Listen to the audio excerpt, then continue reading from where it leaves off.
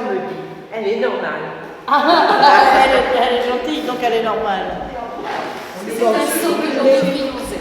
Mais vous, personnellement, vous-même, quoi, je veux dire, vous êtes gentil. Ben, j'espère. C'est-à-dire qu'il faut qu'il y ait un mot qui sera pas trop gentil. Alors, Quel genre de gentil? alors, Quel genre de gentil? être gentil, alors c'est quoi être gentil? Ne pas être juif. Exactement. D'avoir de l'empathie. Ouais. D'avoir de l'empathie pour les choses. Alors d'abord, si on prend le dictionnaire, on cherche gentil, alors on trouve agréable à voir par sa délicatesse, waouh, son charme, il est mignon, il a un gentil visage, ou alors il est aimable, complaisant, plein de bons sentiments à l'égard d'autrui. Ou alors, un enfant qui se conduit bien, on lui dit quoi? Oh ben t'as été gentil aujourd'hui. Hein? Voilà. Alors comme synonyme, on a charmant, gracieux, mignon, pimpant, plaisant, attentionné. Et alors, ça, donc, ce sont des adjectifs. Hein? Mais, donc, dans le Petit Robert, on dit que gentil vient du latin gentilis, donc qui signifie famille, race, comme un gentilhomme, hein, qui est une personne noble de naissance. Alors quant au Larousse, eh ben, il nous précise que c'est pareil, le gentilis. Mais lui, il dit, mais de bonne race. C'est mieux que Petit Robert. De bonne race. Et puis quant au littré, parce que moi j'aime bien feuilleter les dictionnaires, alors le littré, eh ben, il dit rien à ce sujet-là. Alors, donc là, on vient de parler de l'adjectif, mais il y a aussi le nom, gentil.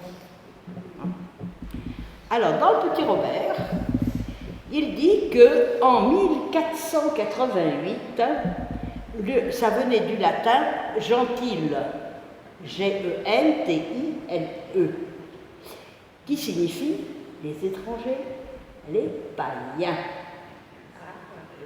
Vous voyez la différence déjà. On change de sujet, n'est-ce pas? Alors, c'était le nom que les Juifs et les premiers chrétiens donnaient aux païens, sous-entendu les infidèles. Ça, c'était pour le Petit Robert. Alors, le Larousse diverge un petit peu. Le nom gentil proviendrait du latin gentilis, qui signifierait les gens. Et le latin aussi gentil, G-E-N-T-I-S, qui signifie nation. Alors, c'est le nom que les Hébreux donnaient aux étrangers et que les premiers chrétiens donnaient donc aux païens. Vous voyez qu'on s'éloigne quand même de tout ce que on a dit tout à l'heure. Hein. Et dans le style religieux, un gentil, c'est donc un non-juif, infidèle et païen. Voilà la définition du mot gentil. C'est autre chose.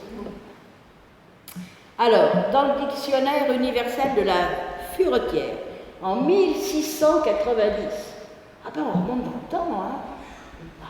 Oh ben il y en a beaucoup qui ont des cheveux blancs ici, hein. On peut remonter à 1690. Hein. Bon. Donc la définition ancienne de gentil, c'est donc païen, P-A-Y-E-N. Et c'est ainsi que les Juifs appelaient tous ceux qui n'étaient pas de leur religion. Il ne faut pas craindre les signes du ciel qui craignent les gentils, disent-ils. Et les Romains ont appelé aussi gentils les étrangers qui, de leur bon gré, venaient se donner à eux. Donc, automatiquement, un étranger qui n'est pas comme toi, c'est qu'il est gentil. C'est sympa, là. Bon, le littré est plus bavard. Gentil se dit des anciens polythéistes, par opposition aux juifs et aux chrétiens. Donc, vous savez ce que c'est, le polythéisme. Donc, c'est un système de religion qui admet la pluralité des dieux, avoir plusieurs dieux. Et bien que ce soit dans l'édition de 1875, Émile Littré précise que païen est plus compréhensible que gentil.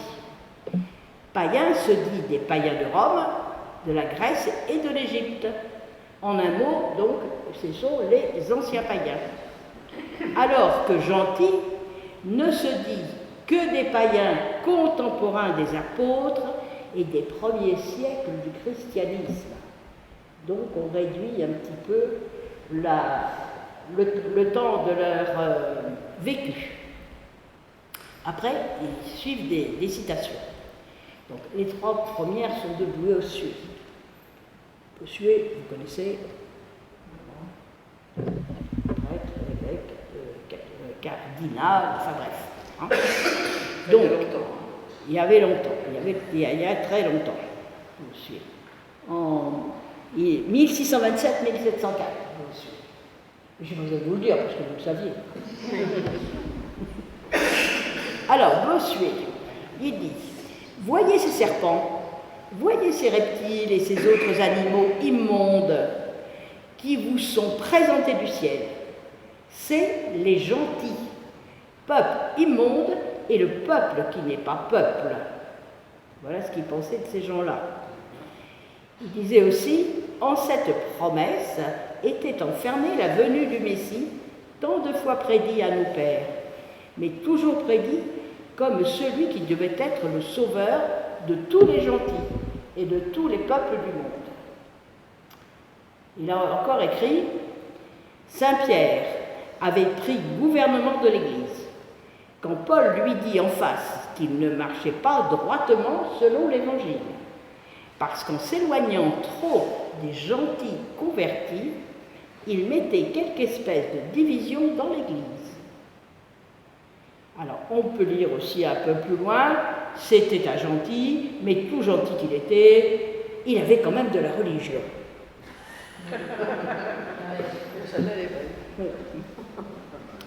Et puis, il y a l'ami Paul. Vous connaissez Paul? Oui, bien sûr. Hein, l'apôtre Paul.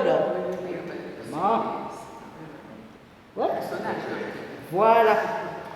Eh bien, Paul donc de Tarse était appelé l'apôtre des gentils. Vous avez vu ça déjà, non? Sans peut-être faire la relation. On le nomme même le docteur des gentils. Si le christianisme n'est pas resté une secte juive parmi tant d'autres, mais est devenu une grande religion universelle, c'est à Paul qu'on le doit. Le futur propagandiste de la foi chrétienne est un citoyen romain d'origine juive et de langue grecque, donc il est né à Tarse, en Anatolie, vers l'an 9. Donc c'est à Paul que la religion chrétienne doit sa séparation d'avec le judaïsme et sa vocation à l'universalité.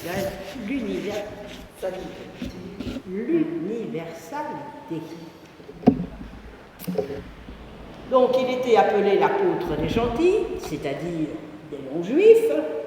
Il est considéré comme le deuxième fondateur du christianisme, après le Christ lui-même. Dans l'épître de Paul aux Galates, il nous dit « Il n'y a ni homme, ni femme, ni juif, ni gentil, ni homme libre, ni esclave, vous êtes tous un en Jésus-Christ. » Nous pouvons encore lire dans Isaïe 9, verset 1, « Mais les ténèbres ne régneront pas toujours sur la terre, où il y a maintenant des angoisses. Si les temps passés ont couvert d'opprobre le pays de Zabulon et le pays de Nephtali, les temps à venir couvriront de gloire la contrée voisine de la mer, au-delà du Jourdain, le territoire des gentils. » Et encore dans 1 Timothée 3, verset 16, « Et sans contredit, le mystère de la piété est grand. Celui qui a été manifesté en chair, justifié par l'Esprit, vu des anges, prêché aux gentils, cru dans le monde, élevés dans la gloire. Dans Matthieu 4, le peuple de Zabulon et de Nephtali, de la contrée voisine de la mer du pays au-delà du Jourdain, et de la Galilée des gentils. Voilà ce que l'on peut lire dans la Bible quand on cherche le mot gentil. Alors, figurez-vous que les gentils, ou, alors là la prononciation, Gentilac, figurent dans la mythologie basque. Ils étaient des personnages païens qui auraient disparu avec l'apparition du christianisme, selon une légende. Et aujourd'hui, le nom dérivé qui est gentilé, alors on en entend parler, ça. Là, vous savez, gentilé, qu'est-ce que c'est? On hoche de la tête, mais on ne répond pas. Ici, c'est les habitants. Et ben voilà, Monique a gagné. Ce sont les habitants. Comme à Breuillet, les gentilés, ce sont les Breuilletons. Voilà la fin pour les gentils. Ce que j'avais à vous dire à leur sujet aujourd'hui. Merci beaucoup.